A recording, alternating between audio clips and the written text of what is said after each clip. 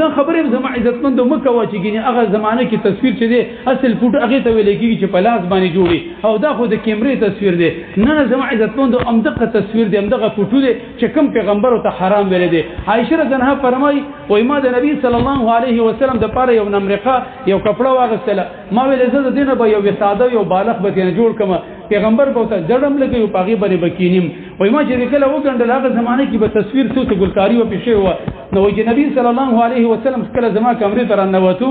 نو دا کپڑے ولیدل نو فتغیر لون وجهه د پیغمبر د مخ مبارک رنگ بدل شوم وای زه په پوهه شوم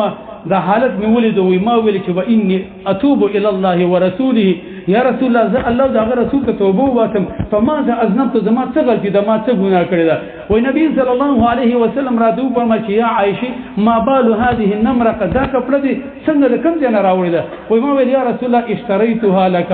لتقعد عليها وتوسدها ما هم ستاسو پر اغسته ده ګلکاری په صرف شوی ده چې ته په د پاسه کېنی او ته ډډه لګي تاسو دومره شیخونه دي دا خبرو ته معمولی ښکارا شول نبی صلی الله علیه وسلم وراتو فرمایي چې یا عائشه دا خبره یاد ساته چې ان المصورون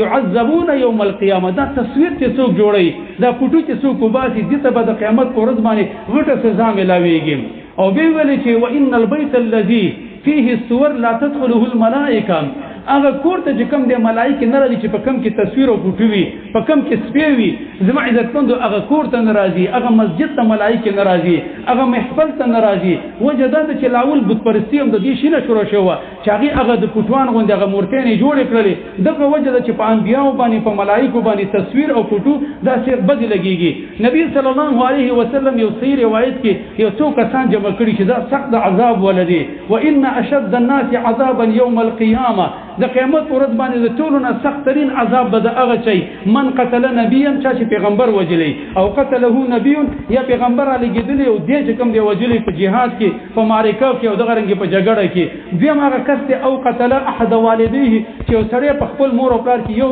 سړی مړ کی یا مور مړ کی یا پلار ول عیاذ بالله دا به د قیامت ورځ باندې سخت سزا وري دریم هغه کس ول مصورون چې هغه تصویران هغه جوړي زما عزتمند تاسو دې ته وګورئ د قران او د حدیث طریقه دار چې کله د مجرمان او د ګناګاران په یو لیول کې جمع کی نو غالبا دا چې کم د دوی ګناه یو شان کی وي ځکه د دې په دې ګناه کې مناسبت وي ته وګوره دا د مخکنو سره وځي کړی دی نبی صلی الله علیه وسلم فرمای او الله سبحانه و تعالی سخت غصه کړی دا او دا ویلي ومن ازم ممن ذهب يخلق كخلقي هغه څوک چې کوم دغه نه بل غړ ظالم کړي شي چې هغه زما په شان ته نقالی کوي زما غوندي مخلوق جوړي فليخلقوا ذره ذوی دي تکړه شي او دې کې چې کوم د دوی دی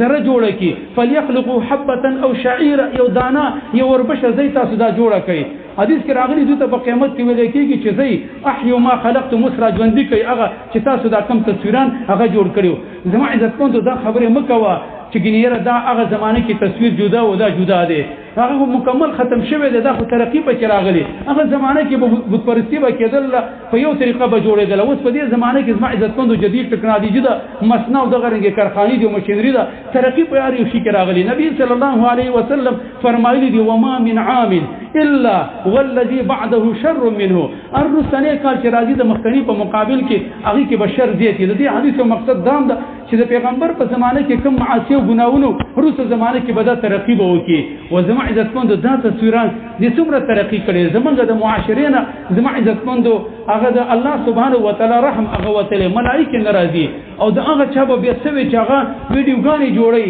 او زما عزتمند مرګ در باندې روانه ته خو دې خبره ته سوچوګه چې ستاسو دا ویډیو سبا د مرګ نه بس لیکيږي سبا اجر کېږي ګناه به کېږي دا د څه ګناه د زما عزتمند چې د مړي ګناه به کېږي ناشنا خبره ده ول عیاذ بالله یو سړی په قبر کې پروتي او داغه ګناه پاغه پسې چاټي او یقیني خبره ده دا خبره من قسمان کو چې دا امقه تصویر دی هیڅ فرق پکې نشته دی دا خبره مکو چې دا ویل دي او دا غیر ویل دي او دا دومره علماي چې وای زما عزتمند دا خبره یاد ساتي ګناه وی کدا ټول امت راجم شي او د دې امت د ټول مفتیان او شیخان راجم شي او یو شی ته حرام ته حلال وي دا نه حلاليږي او دا نه جایز کیږي یقیني ګناه ده حرام کار دی او زما عزتمند حدیث کې راغلي د الله پیغمبر فرمایلی دي لن تهلك الناس حتى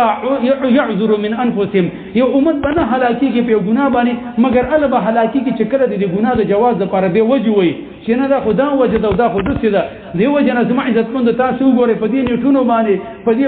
موبایلو کې چې دا کم بیانات د علماو راځي هیڅ اثر هم پکې نه زمونږ نه دبل تاسو زما عزتمند هغه ته وګورئ څوک د سیویل چې ګیره د موبایل د وجه نه بدل شوی ما توبه ایستل یا ګین یو کافر هغه مسلمان شوی هیڅ د اسلام خدمت نه کیږي او نه په د دین نشر او اشاعت کیږي یو سړی ته یو خبره مخې تراشي 2 غنټه بعد به سیری تاسو دا وګورئ په دې موبایل باندې تاسو د څومره ویلو شیخانو د علماو بیان اوریدلی زه تاسو د پچلېج باندې یم سار یو بیان واوره درې ځلې واوره ما جګر کې به ته یو خبر هم نه یاد دا شی فاسق دی دا هم د ګناه د لپاره هغه جوړ دی د دې وجه نه د دې لپاره عذرونه مو وایه دا زما عزتمند یقیني ګناه ده امت کې په انسانیت کې اولنې ګناه بت پرستی کفر او شرک هغه هم د دې دوه شیدونه شروع شوه تعظیم القبور د قبرونو تعظیم کول او د غرنګي تصویران هغه جوړول فوټوان هغه رایش کول او هغه د ځان سره ساتل